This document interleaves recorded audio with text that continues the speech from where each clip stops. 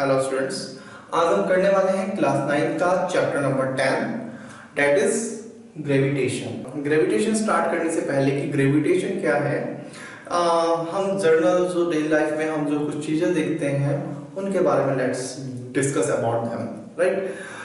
जैसे कि आपने कभी सोचा है कि जो भी आपकी ऑब्जेक्ट्स हैं, एनीथिंग, अगर आपको उसको फ्रीली कहीं से आप छोड़ दें, राइट, मान लीजिए मार्कर ही है, अगर मैं इसको ऐसे छोड़ दूं तो ये कहाँ जा रहा है? Towards the vertically downward direction, right. Earth की तरफ जा रहा है, ग्राउंड की तरफ गिर रहा है। ये ऊपर की तरफ क्यों नहीं जा रहा है? ये टुवर्ड्स द अर्थ ही क्यों जा रहा है? क्या चीज है जो इसको जो है वहां पर उसको अट्रैक्ट कर रही है कि ये डाउनवर्ड डायरेक्शन में ही जा रहा है, राइट। तो आपकी कोई भी ऑब्जेक्ट हो, राइट, वो अगर आप उस पर कोई फोर्स नहीं अगर उस पर कोई फोर्स नहीं लग रहा है, राइट, तो वो उसकी टेंडेंसी है कि वो अर्थ की तरफ ही जो है अर्थ की तरफ ही टुवर्ड द अर्थ जो है मूव करती है। तो यही थॉट जो है, जो न्यूटन जिनके हमने इससे प्रीवियस चैप्टर में लॉज पढ़े हैं, न्यूटन्स लॉज ऑफ मोशन, उनके माइंड में भी सेम यही थॉट आया when he was sitting under an apple tree. ठीक है, जब वो एप्पल के पेड़ के नीचे बैठे हुए थे तो सडनली जो है एक एप्पल जो है उनके पास आके गिरता है।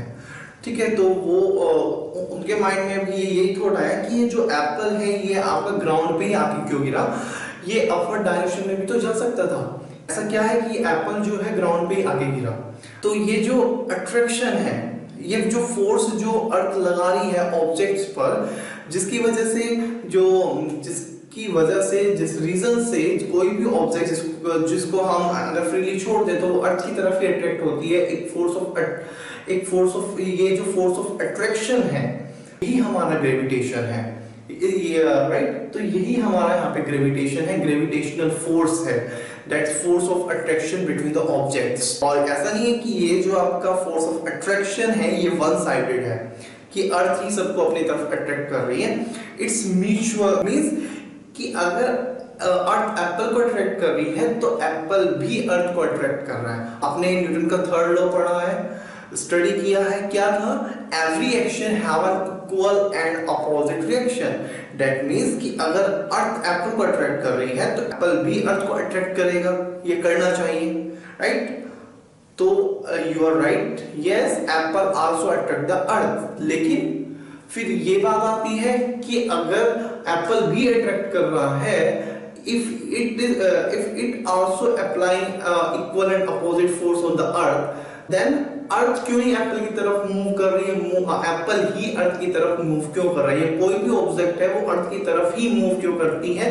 अर्थ उसकी तरफ मूव क्यों नहीं करती, राइट। तो यहाँ पर इस क्वेश्चन का, इस क्वेरी का आंसर है आपका Newton second law of motion. जहां आपका थर्ड लॉ ऑफ मोशन एक क्वेरी, एक सवाल पैदा कर रहा है, वहीं जो इसका आंसर है वो है न्यूटन का second law of motion. Second law of motion क्या है? हमने वहां पे क्या किया था? मैथमेटिकल जो फॉर्मुलेशन था Newton second law of motion, that was F is equals to ma, right? F is equals to ma। और यहां से अगर हम देखें, if for a given force, right, acceleration is inversely proportional to mass। अगर ये m यहां पर जाएगा, then acceleration is inversely proportional to mass। That means, what does it means? It means acceleration, जिस acceleration के साथ कोई चीज मूव कर रही है, that is inversely proportional to its mass। मास जितना कम होगा acceleration उतना ही ज्यादा होगा, मास जितना heavier object होगा acceleration उतना ही कम होगा। तो that's the reason कि because the apple is very smaller in comparison to earth, that's why हमें एप्पल जो है उसका एक्सीलरेशन, उसका मोमेंट जो है वो दिखाई देता है। ठीक है, तो एक्सीलरेशन किसका ज्यादा होगा? लाइटर ऑब्जेक्ट का ज्यादा होगा, राइट। तो ये राइट, तो यही रीजन है कि एप्पल जो है वो टुवर्ड द अर्थ आपको, या कोई भी ऑब्जेक्ट जो है because it is lighter than earth, तो वो आपकी अर्थ की तरफ मूव करती हुई दिखाई देती है। ठीक, ऐसे ही जो आपका अर्थ और मून में है वहां पर भी सेम यही कंसेप्ट है। जैसे कि आप जो है एक धागे में, एक थ्रेड में स्टोन को बांध कर उसे चारों तरफ घुमाते हैं, तो वो जो जिस फोर्स की वजह से जो सेंटर पे जो फोर्स, जो आपका सेंटर पे जो फोर्स लग रहा है, जिसकी वजह से आपका जो स्टोन है वो चारों तरफ मूव कर रहा है, वो है आपका सेंटर फोर्स, जिसको हम बोलते हैं सेंट्रीपिटल फोर्स, राइट। अगर वो फोर्स नहीं होगा तो आपका जो थ्रेड है वो जो है सर्कुलर पाथ में मूव नहीं करेगा और कोई भी स्ट्रेट, बिकॉज जैसे ही आप छोड़ोगे, जैसे ही आप छोड़ते हैं, राइट, जैसे ही वो सेंट्रीपिटल फोर्स वहां से हटा, जो है स्टोन जो है उस टाइम पे जो भी वहां पे इंस्टेंट, क्योंकि in circular path continuously at every instant उसकी डायरेक्शन चेंज हो रही है, तो जैसे ही जिस पॉइंट पे आप छोड़ोगे वहां पर उसकी जो डायरेक्शन होगी उसमें वो स्ट्रेट पाथ फॉलो करते हुए जो है वहां से निकल जाएगा, राइट। सेम ऐसे ही आपका अर्थ और मून के केस में है, लेकिन यहाँ पे ये जो सेंट्रीपिटल फोर्स लग रहा है that is the force of attraction या ग्रेविटेशन। यहाँ पे सेंट्रीपिटल फोर्स का काम कर रहा है आपका ग्रेविटेशन। जो सेंटर ऑफ अर्थ है वहां पर आपका वहां से आपका ग्रेविटेशनल फोर्स जो है वो आपका वहां से रिलीज हो रहा है, और ये आपका, और ये जैसे कि कहा कि म्यूचुअल है, बट द मून का moon is smaller than earth, that's why the moon is moving around the earth. यहाँ पे gravitational force is your centripetal force, right. तो अगर वो सेंट्रीपिटल फोर्स नहीं होगा, दैट मींस कि वहां पे अगर ग्रेविटेशनल फोर्स नहीं होगा तो मून जो है वो आपका अराउंड द अर्थ मूव नहीं करेगा। और हमें जो ये मून जो दिखाई देता है ना, रात में जो ये हमें चांद जो है दिखाई देता है, जिसके दीदार हम बड़े उससे करते हैं और जिसपे शेर शायरी होती है, तो वो शायद शेर शायरी भी ना होती तो वो चांद ही ना होता, तो वो जो शेर शायरी हम इतनी चांद पे और इतने बॉलीवुड सॉन्ग्स जो बने हुए शायद वो भी ना होते हैं। So the gravitation is a phenomenon of attraction between any two objects in the universe। और यहाँ हम बात यूनिवर्स की कर रहे हैं। यूनिवर्स में जो भी ऑब्जेक्ट हैं सबके बीच में एक फोर्स ऑफ अट्रैक्शन होता है, राइट। और it's not about only the earth, कि अर्थ पे जो ऑब्जेक्ट्स हैं, it's not just about earth and moon, right. जो सन है, सन के अराउंड आपको पता है कि सन के अराउंड जितने भी प्लैनेट हैं सब मूव कर रहे हैं, व्हाई? वहां पर भी यही फोर्स काम कर रहा है, gravitational force, right. Because sun is bigger in size, that's why जितने भी प्लैनेट हैं वो जो है सन के अराउंड अपने अपने ऑर्बिट्स में मूव कर रहे हैं, just because of that gravitational force. Even जो भी आपकी जितने भी आपका कुछ भी ऑब्जेक्ट है, हर एक ऑब्जेक्ट के बीच में एक फोर्स ऑफ अट्रैक्शन होता है। So this force of attraction is called the gravitational force। अब हम बात करते हैं universal law of gravitation. Gravitation जो हमने अभी फोर्स, ग्रेविटेशनल फोर्स के बारे में पढ़ा, अब यहाँ पे ग्रेविटेशनल लॉ के बारे में पढ़ना है।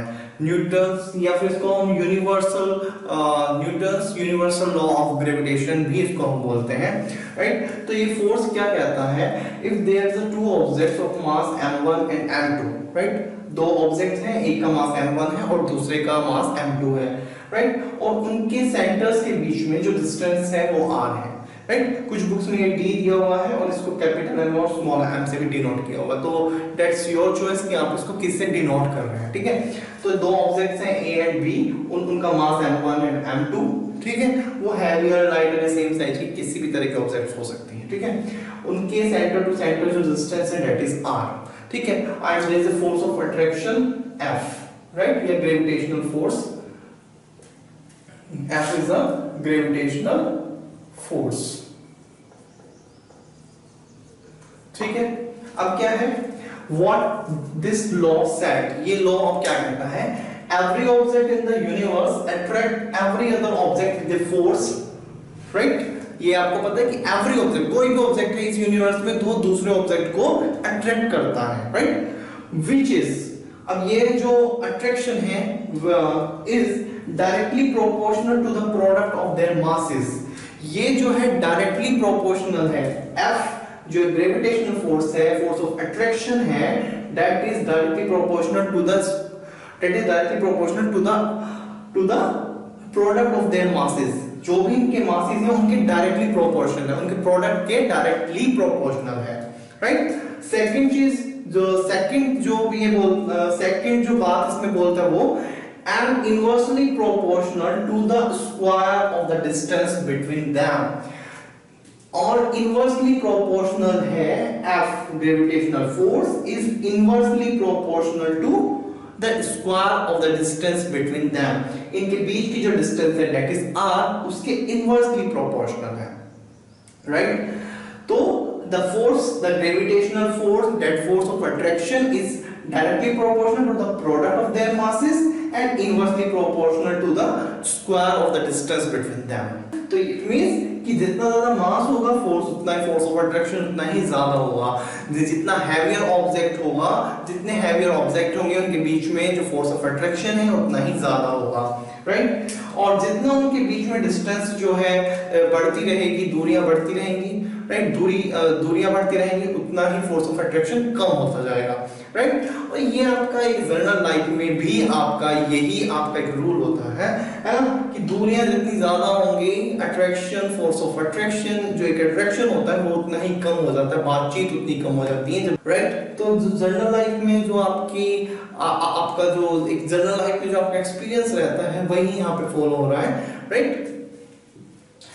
अब यहाँ पे प्रोपोर्शनलिटी का साइन है, इसको हमें रिमूव करने के लिए यहाँ पे आपका आया is equals to G is equals to F is equals to G m1 into m2 upon r square, right.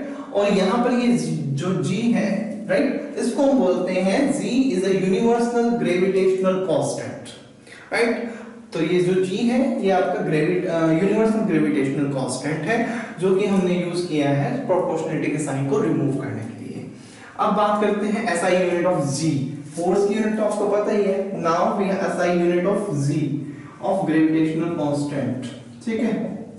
क्या होगी, अब यहां से देखिए, यहीं से हम कैलकुलेट करेंगे G is equals to F R square upon m1 m2, right. तो यहां से देखिए फोर्स की unit newton, R is distance, ये डिस्टेंस की SI यूनिट मीटर, तो metre square upon SI unit of mass is kg, तो kg स्क्वायर। हमारा आया G जो है न्यूटन मीटर स्क्वायर पर kg square is the SI unit of gravitational constant, universal gravitational constant. तो एक साइंटिस्ट है हेनरी कैवेंडिश, उन्होंने जो है इसकी वैल्यू, न्यूमेरिकल वैल्यू दी थी, हेनरी कैवेंडिश। उन्होंने जो है इसकी यूनिवर्सल कांस्टेंट की वैल्यू हमें दी थी, that is 6.67 into 10⁻⁻11 newton metre square पर kg स्क्वायर। ये है हमारी जो ग्रेविटेशनल कांस्टेंट है उसकी न्यूमेरिकल वैल्यू, राइट, ठीक है। तो ये आप वैल्यू याद रखेंगे। G जो हमारा कांस्टेंट है, बिकॉज इज ए कांस्टेंट, तो उसकी एक न्यूमेरिकल वैल्यू भी होगी and that's value is 6.67 into 10⁻⁻11। अब बात करते हैं importance of universal law of gravitation की, इसकी इंपॉर्टेंस क्या है। जैसे कि अभी हमने बात की कि कोई भी ऑब्जेक्ट जो अर्थ पे आपकी प्रेजेंट है, दैट्स बिकॉज जो जैसे कि हमने बात की कि अर्थ जो है जो भी ऑब्जेक्ट है, जो भी लिविंग थिंग्स है, हम लोग हैं, उन सबको अपनी तरफ अट्रैक्ट करती है, राइट। तो हमें अगर अभी हम अर्थ पे ग्राउंड पे हैं, अगर हम अर्थ पे हैं, that's because of this gravitational force.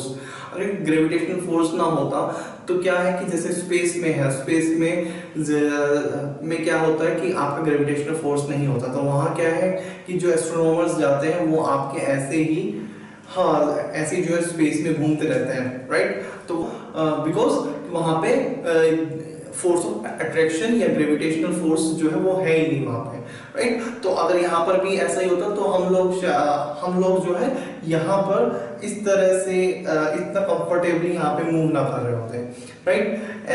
Same जो हमारा यहाँ पे एयर, अगर यहाँ पे हमारी एयर जो एटमॉस्फेयर है वो अगर यहाँ पर रुका हुआ है, that's because of this gravitational force.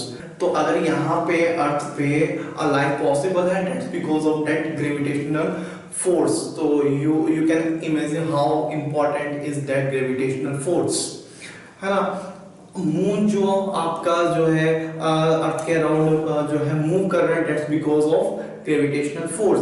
जितने भी प्लैनेट्स हैं जो सन के अराउंड मूव कर रहे हैं, that's because of that gravitational force. आपने देखा होगा कि जो टाइड्स आती हैं, टाइड्स जो है समुद्र में, जो ओशंस हैं, सीज हैं, समुद्र में जो टाइड लहरें ऊपर की तरफ ऐसे उठती हैं, राइट, वो आपका डे टाइम में भी होता है और वो आपका डे टाइम में भी होता है और नाइट टाइम में भी होता है, रात के टाइम भी होता है वो, ठीक है। तो वो टाइड्स जो है वो आपकी जब वो काफी हाइट तक ऊपर उठती हैं, तो that's because of the force of attraction जो मून या सन जो है उन टाइड्स पे लगाते हैं, जिसकी वजह से वो लहरें जो है ऊपर की तरफ उठती हैं, ठीक है। तो वहां पर जो फिनोमिना काम कर रहा है वो that is gravitational force. Next, flow of water in reverse and other water bodies. जो आपका वाटर बॉडीज, ये जितनी भी नदियां हैं उनमें जो पानी जो आपका फ्लो कर रहा है, आपको कोई फोर्स थोड़ा ना वहां पे अप्लाई कर रहे हैं, तो वहां पर वो जो फोर्स जो पानी आपका वहां पर जो आपका फ्लो कर रहा है, that's because of the gravitational force. पहाड़ों में से जो नदियां निकल रही हैं तो वो भी इसी वजह से, because of the gravitational force, कि जो आप ग्रेविटेशनल फोर्स की वजह से जो है वो पानी आपका फ्लो कर रहा है। Rainfall and snowfall on the earth, अगर बारिश हो रही है या स्नोफॉल हो रहा है, that's also because of the gravitational force. अब आपने सुना होगा कि पानी, अब देखिए, राइट, अब आपने अभी लॉ पढ़ा कि जो ग्रेविटेशनल फोर्स है वो डायरेक्टली प्रोपोर्शनल है to the product of the masses of the objects, right. तो देखो कि जब आपके बोलते हैं कि जब बादल आपका भारी हो जाता है, यानी कि जब उसमें जो आपकी ड्रॉपलेट्स हैं, पानी की जो ड्रॉपलेट्स हैं वो ज्यादा हो जाती है, तब आपकी बारिश होती है, तब जो है बादल आपका बरसता है, राइट। तो वहां पर भी देखिए यही कंसेप्ट है कि ग्रेविटेशनल फोर्स आपका जितना मास ज्यादा होगा उतना ही ग्रेविटेशनल फोर्स जो है वो स्ट्रॉन्ग होगा, राइट। तो जब आपका बादल भारी हो जाता है तो वो ग्रेविटेशनल फोर्स जो अर्थ लगा रही है हर एक ऑब्जेक्ट पे, है ना, तो जब वो बादल पे वो फोर्स ऑफ अट्रैक्शन, जब बादल आपका हैवी हो जाएगा तो क्या है कि वो फोर्स ऑफ अट्रैक्शन भी स्ट्रॉन्ग हो जाएगा, जिसकी वजह से जो है बारिश होगी आपकी, ये आपका स्नोफॉल होगा। तो ये कुछ एग्जांपल्स थे जहां पे आपका ग्रेविटेशनल फोर्स जो है वो आपका काम कर रहा है, राइट। नेक्स्ट यहाँ पे हमारा Kepler's law of planetary motion. Kepler's एक साइंटिस्ट थे, उन्होंने जो है कुछ प्लैनेटरी मोशंस जो है, जैसे कि सन के अराउंड जो प्लैनेट मूव कर रहे हैं उनके रिगार्डिंग कुछ लॉज दिए थे, राइट। बट उन्होंने जस्ट स्टेटमेंट्स दिए थे उसका कि ये कैसे है, क्यों है, मतलब वो द थ्योरी बिहाइंड इट, जो थ्योरी है उसके पीछे वो उन्होंने वहां पे एक्सप्लेन की थी। Just he gives the law, right? The first law दिया था, that is the orbit of a planet is an ellipse with sun at one of the foci. This foci is the plural of focus, right? If the plural of focus, this plural of focus, right? So यहाँ पे ये क्या कह रहा है कि जो सन के अराउंड जो प्लेनेट मूव करते हैं वो उनकी जो ऑर्बिट है, जिस ऑर्बिट में वो जो ऐसे मूव कर रहे हैं, जो वो उनकी ऑर्बिट है, जो पाथ है, वो सर्कुलर ना होके इलिप्स की फॉर्म में होता है, राइट, लाइक दिस। इलिप्स की शेप कैसी होगी, इस तरह की होगी, राइट। इलिप्स कुछ इस तरह का होता है आपका, इलिप्स जो है वो इस तरह का होता है, जिसमें एक मेजर एक्सिस होती है, जैसे कि ए भी आपकी मेजर एक्सिस और एक आपकी माइनर एक्सिस होती है, राइट। तो जो ऑर्बिट, जो प्लैनेट्स हैं वो इलिप्स की ऑर्बिट में जो है मूव करते हैं, एक इलिप्टिकल पाथ में मूव करते हैं। पहली चीज जो केपलर्स ने अपने लॉ में कहीं, और जो सन है वो उसकी पोजीशन क्या होगी, एट वन ऑफ दी फोकी। अब देखिए जो ये फोकस या फोकी है वो क्या है कि एलिप्स में दो फोकस होते हैं आपके, एक फोकस ये यहाँ पे होगा, एक यहाँ पे होगा। ये तो सन की पोजीशन ये होगी या ये होगी, प्लैनेट सब अलग अलग ऑर्बिट्स में है, तो किसी के लिए वो पोजीशन ये होगी या किसी के लिए ये होगी, राइट। तो ये किसी भी एक फोकस पे आपकी सन होगा, और जो है ये जो है इलिप्टिकल पाथ में जो है ये मूव कर रहे होंगे। अब सेकंड लॉ में वो क्या कहते हैं, the line joining the planet and the sun sweeps equal area in equal interval of time. यहाँ पे क्या कह रहा है, मान लीजिए यहां पर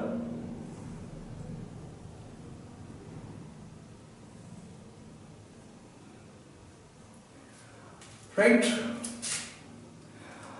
ये क्या बोल रहा है कि अगर ये मान लीजिए आपका हो गया E और ये आपका मान लीजिए F, ठीक है। तो यहाँ पे इस लॉ में क्या बोल रहा है कि ये जो आपका ये वाला जो पाथ है, मान लीजिए यहां से यहां तक ये जो प्लैनेट है वो E से B पोजीशन में E से B तक पहुंचने में मान लीजिए उसने 2 घंटे लिए, राइट। यहाँ पे मान लीजिए 2 आवर्स लिए, और यहाँ पे C से F पे पहुंचने में भी उसने मान लीजिए 2 आवर्स लिए, यानी कि टाइम इंटरवल सेम है। तो ये जो एरिया है जो उसने उस टाइम इंटरवल में कवर किया वो इक्वल होगा, यानी कि ये वाला मान लीजिए ये O है, तो एरिया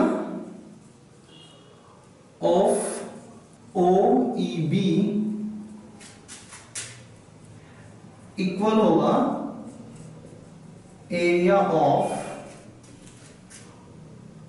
OCF, राइट। अगर टाइम इंटरवल सेम है, राइट, तो ये जो एरिया होंगे, ये दोनों जो एरिया जो उसने उस टाइम पे कवर किए वो इक्वल होंगे, right. Whether the distance is same और नॉट। देखिए यहाँ पे ये डिस्टेंस आपको अगर आप देखें, ये तो ये डिस्टेंस यहाँ पे आपको कम लग रही है, ये ज्यादा लग रही है, राइट। दैट मींस, है ना, तो यहाँ पे इससे दैट मींस कि जो प्लैनेट जो अपनी ऑर्बिट्स में मूव करते हैं वो एक कांस्टेंट स्पीड या कांस्टेंट वेलोसिटी से मूव नहीं करते हैं। क्या है कि जब आपका सन जो आपका प्लैनेट है वो यहाँ पर है, तो इस टाइम पे देखिए इससे जो आपकी जो डिस्टेंस है वो ज्यादा हो रही है। आपने अभी ग्रेविटेशनल फोर्स का कांसेप्ट पढ़ा, F is directly proportional to m1 m2 and inversely proportional to r square, right। r square जो the distance between the center of their the distance between their centers, right, उसके inversely proportional. तो distance जितनी ज्यादा होगी force of attraction उतना ही कम होगा। तो यहाँ पर देखिए कि यहाँ पर जब डिस्टेंस ज्यादा है तो फोर्स ऑफ अट्रैक्शन कम होगा, तो यहाँ पर उसकी प्लैनेट की स्पीड कम होगी। जब यहाँ पे डिस्टेंस, अब यहाँ से इसकी जो डिस्टेंस है वो कम है, तो यहाँ पे फोर्स ऑफ अट्रैक्शन ज्यादा होगा, तो यहाँ पे प्लैनेट की स्पीड ज्यादा होगी, राइट। तो जो प्लैनेट है वो कांस्टेंट स्पीड से मूव नहीं कर रहा है, कभी उसकी स्पीड ज्यादा होती है कभी कम, depend on the position of the planet and the sun, right. कि पास होगा तो स्पीड ज्यादा होगी, दूर होगा तो स्पीड कम होगी, राइट। तो this is our second law. अब थर्ड लॉ पे बात करते हैं। The cube of the mean distance of the planet from the sun is proportional to the square of its orbital time period। ये यहाँ पे क्या बोलता है कि जो मीन डिस्टेंस, अब देखिए कहाँ, यहाँ पे अगर इसकी बात करें तो कहीं पे डिस्टेंस कम है प्लैनेट और सन के बीच में, और कहीं पे डिस्टेंस ज्यादा है। तो मीन डिस्टेंस यानी कि एवरेज जो डिस्टेंस अगर हम लेके चल रहे हैं, ठीक है, और मान लीजिए उस एवरेज डिस्टेंस को हम बोल रहे हैं r, तो the cube of that mean distance right is proportional to the r cube is proportional to the square of its orbital time period। एक जो है ऑर्बिट, एक रेवोल्यूशन, एक चक्कर को पूरा करने में, कंप्लीट करने में उसको कितना टाइम लगता है उसके डायरेक्टली प्रोपोर्शनल होगा, राइट। तो अगर इसमें यहाँ पे तो r cube upon t square is equals to एक कांस्टेंट के इक्वल होगा। नेक्स्ट है हमारा न्यूटन्स इनवर्स स्क्वायर रूल। ये रूल क्या है, ये इनवर्स स्क्वायर रूल क्या है। अब जब हमने लॉ ग्रेविटेशनल लॉ पढ़ा, ग्रेविटेशनल ग्रेविटेशनल लॉ पढ़ा, उसमें क्या था कि the force of attraction between the two object is inversely proportional to the square of the distance between them. तो ये जो फोर्स है ये इनवर्सली प्रोपोर्शनल होगा to the square of the distance between them. तो ये जो r स्क्वायर है the distance between of them उसके इनवर्सली प्रोपोर्शनल होगा। तो ये कंसेप्ट जो है वो कहां से आया, न्यूटन ने कंसेप्ट कहां से लिया? अभी हमने three laws of Kepler's study किए उस राइट। तो केपलर्स जो थे उन्होंने जस्ट स्टेटमेंट दी, लॉज जो है लॉज दिए राइट, उनके पीछे क्या रीजन है, क्या एक्सप्लेनेशन है राइट, उसके पीछे की जो थ्योरी है वो उन्होंने नहीं दी राइट। तो उस चीज को फर्दर एक्सप्लेन किया न्यूटन ने, ठीक है। तो वहीं से राइट, तो वहीं से आपका जो थर्ड लॉ था, थर्ड लॉ की हेल्प से ये जो यहाँ पर जो न्यूटन के जो हमारा ग्रेविटेशनल लॉ है, न्यूटन्स ग्रेविटेशनल लॉ है, उसमें कंसेप्ट कहां से आया वो हम देख रहे हैं राइट। तो क्या है कि Newton assume the orbit of the planet around the sun is circular right. Newton ने क्या एज्यूम किया कि जो ऑर्बिट है, जैसे कि हमने अभी स्टडी किया कि जो ऑर्बिट है वो कैसी होगी, इलिप्टिकल होगी राइट, इलिप्टिकल शेप में होगी लाइक दिस। बट यहाँ पर as to derive the formula right, ये न्यूटन ने एज्यूम किया कि जो आपकी ऑर्बिट होगी वो कैसी होगी, सर्कुलर होगी right. Then the centripetal force to maintain the planet in the circular orbit is provided by the gravitational force on the sun on planet. What it says कि अब जैसे कि जो ग्रेविटेशन अब मान लीजिए सन है, सन के अराउंड जो प्लैनेट मूव कर रहे हैं वो किस वजह से कर रहे हैं, because of the gravitational force, the force of attraction जो सन जो है बाकी जो प्लैनेट्स के ऊपर जो फोर्स लगा रहा है राइट, जिसकी वजह से सारे प्लैनेट्स जो है उसके अराउंड जो है मूव कर रहे हैं राइट। तो जब यहाँ पे हमने एज्यूम किया कि वो एक सर्कुलर पाथ है राइट, तो यहाँ पे जब हमने एज्यूम किया, न्यूटन ने एज्यूम किया कि वो सर्कुलर ऑर्बिट में मूव कर रहे हैं, तो वो जो ग्रेविटेशनल फोर्स है वो इक्वल होगा सेंट्रीपिटल फोर्स के।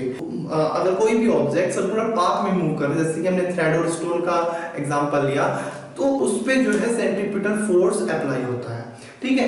तो यहाँ पर जो है जब हमने सर्कुलर ऑर्बिट ली तो जो ग्रेविटेशनल फोर्स है वो इक्वल होगा सेंट्रीपिटल फोर्स के, यानी कि यहाँ पर ग्रेविटेशनल फोर्स जो है वो काम कर रहा है as a centripetal force right is provided by the gravitational force on the by sun on planet right।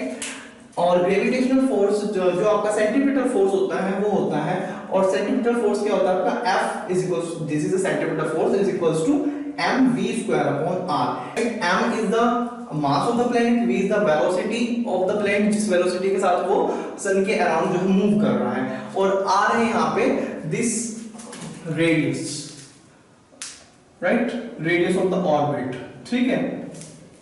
यहाँ पे आपका मान लीजिए प्लैनेट है ऑफ मास m, ठीक है, और किस वेलोसिटी से मूव कर रहा है, with the velocity of v, ठीक है। तो यहाँ से सेंट्रीपिटल फोर्स का फॉर्मूला होता है mv स्क्वायर अपॉन r। यहाँ से दैट मींस कि मास तो कांस्टेंट रहेगा, तो f जो है डायरेक्टली प्रोपोर्शनल है वेलोसिटी के, तो f जो है वो डायरेक्टली प्रोपोर्शनल है टू द वेलोसिटी स्क्वायर और इनवर्सली प्रोपोर्शनल होगा r के रेडियस के राइट। अब देखिए if t is the time taken to complete one revolution, यहां से एक कंप्लीट रेवोल्यूशन यहां तक कंप्लीट करने में अगर उसको टाइम लगता है t, ठीक है, जो टाइम पीरियड है t है, तो टाइम इज इक्वल्स टू क्या होगा, distance covered in one revolution upon speed.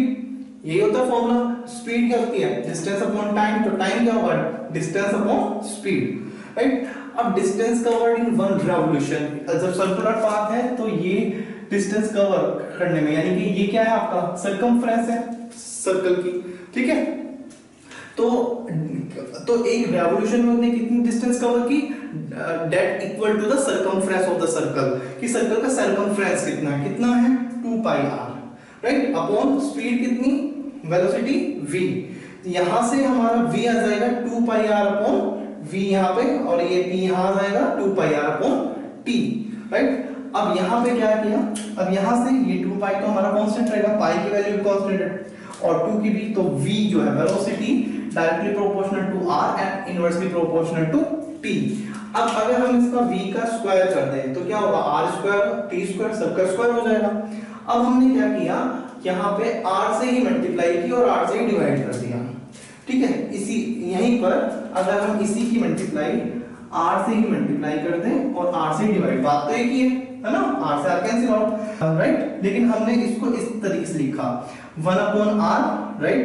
और जो ये है r स्क्वायर और r क्यूब हो गया, ये आपका राइट, यहाँ क्या आ जाएगा r क्यूब, ये क्या बचा 1/r, right, t square, right. अब ये देखिए, ये जो हमने ब्रैकेट में टर्म दी r³/t², ये क्या है आपका जो कैपलर्स थर्ड लॉ था।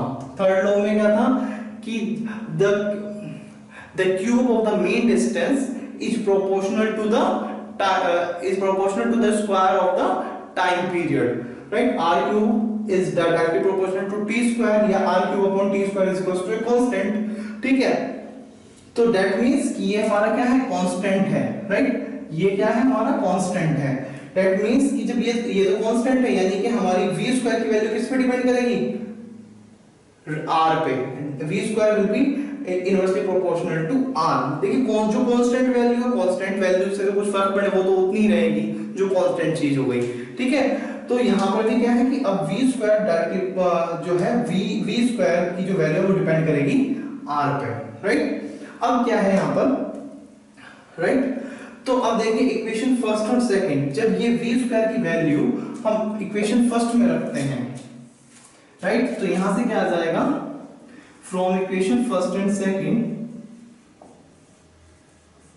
Right, f is equals to, अब v स्क्वायर जो है, ठीक है, v स्क्वायर के प्लेस पे अगर हम ये वैल्यू रखते हैं तो क्या आ जाएगा, f is inversely proportional to r square। और ग्रेविटेशनल लॉ है वो भी क्या कहता है, f is inversely proportional to the r square, is inversely proportional to the square of the distance between them, right। तो न्यूटन ने ऑर्बिट को सर्कुलर मानते हुए कैपलर्स के थर्ड लॉ का यूज करते हुए ही कंसेप्ट लिया और वहां से वो ले गया है इनवर्स स्क्वायर, राइट, जो हमारा ग्रेविटेशनल लॉ में हम स्टडी करते हैं कि f is inversely proportional to r square।